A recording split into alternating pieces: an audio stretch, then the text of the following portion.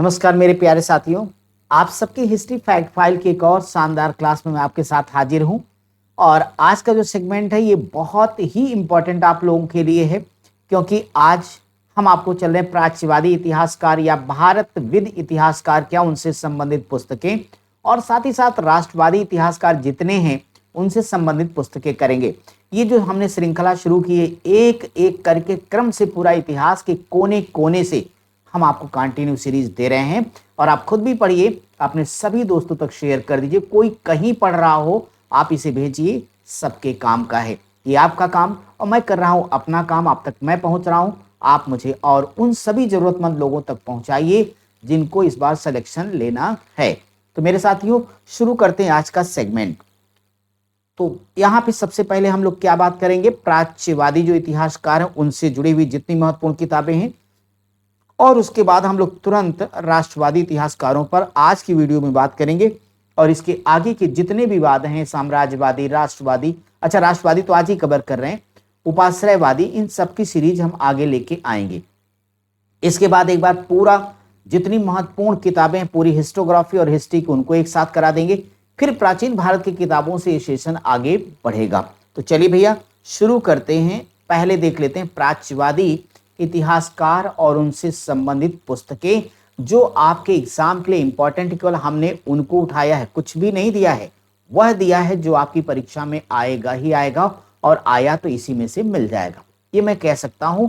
लेकिन अगर 3 से 4 बार आप ढंग से वीडियो को सुनेंगे, समझेंगे, जरूरी किताबों को अपने नोट्स में लिख लेंगे, जो अगर इसमें कोई नई पुस्तक है और हमने इंपॉर्टेंट बताया हुआ हो तो भाई देखिए, सबसे पहले विलियम जोन्स। आप बताइए, विलियम जोन्स का नाम बार बार आप पढ़ते रहते हैं, उनकी सारी महत्वपूर्ण किताबें हमने एक साथ यहां पर लिख दी आपके लिए। अब आप फटाफट उनका नाम मेरे साथ रिवाइज करते चलिए। विलियम जोन्स याद आया ना, एशियाटिक सोसाइटी ऑफ बंगाल की स्थापना करने वाले 1784 में। इनकी एक पुस्तक है an essay on the law of bailments, और दूसरी है the institute of Hindu law. William Jones, इनकी दोनों किताबें आपको तैयार रखना है। इसी प्रकार से एल्फिंस्टन साहब ने क्या लिखा है, history of Hindu and Muhammadan India. भाई आप पूछ लिया जाता है तो आप तैयार रखिएगा इनको भी। एस.टी. कोलब्रुक ने क्या लिखा, तो एस.टी. कोलब्रुक लिखते हैं एशे ऑन दी वेदाज, एक पुस्तक है, और the sacred writing of the Hindus, तो ये भी इनकी बहुत ही इंपॉर्टेंट पुस्तक है, आप इसको भी ध्यानपूर्वक देख लीजिएगा। ठीक है फ्रेंड्स, चलिए जरा हम आपको अगली पुस्तक दिखा रहे हैं, और आप लोग अलेक्जेंडर कनिंघम की किसी एक पुस्तक का नाम जो आपको पसंद हो कमेंट बॉक्स में आप लोग कमेंट कर दीजिएगा। ठीक है भाई, चलिए अब हमने यहाँ पे देखा कि अलेक्जेंडर कनिंघम है, तो अगर हम अलेक्जेंडर कनिंघम की बात करेंगे तो इनकी पुस्तकों में देखिए, एक है द स्तूप ऑफ भरहुत, बहुत इंपॉर्टेंट है ये, Bhilsa topes, the book of Indian eras, ancient geography of India. इनकी इन सभी पुस्तकों को आप ध्यान से समझ लीजिएगा। एच विल्सन, मैं पहले भी कह चुका हूं, केवल सेलेक्टिव बुक्स ही लेके आया हूं जो जरूरी हैं, बाकी एकदम नहीं। तो एच विल्सन ने क्या लिखा, इनकी पुस्तक है sketch of religious secrets of the Hindus, दूसरी किताब है विष्णु पुराण और system of Hindu methodology and tradition. अगली किताब इनकी है the history of British India from 1805 to 35 तक, 1805 से 1835 तक। मेरे भाई ये तो हो गई आपकी महत्वपूर्ण किताबें। अब प्राच्यवादियों की, अब हम आपको तुरंत बताने चल रहे हैं कि जो हमारे राष्ट्रवादी इतिहासकार हैं उनमें से कौन कौन से इतिहासकार और उनकी प्रमुख किताबें आपके कंपटीशन के लिए जरूरी हैं।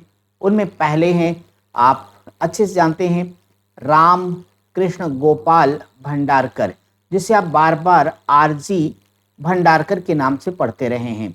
इनकी एक पुस्तक है the early history of the Deccan, दूसरी किताब है a peep into the early history of India.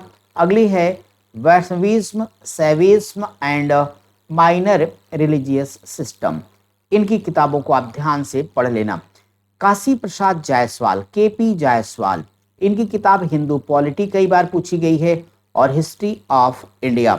तो केपी जायसवाल की दोनों किताबों का नाम आपको अपने आगामी सभी परीक्षा के लिए तैयार रखना होगा।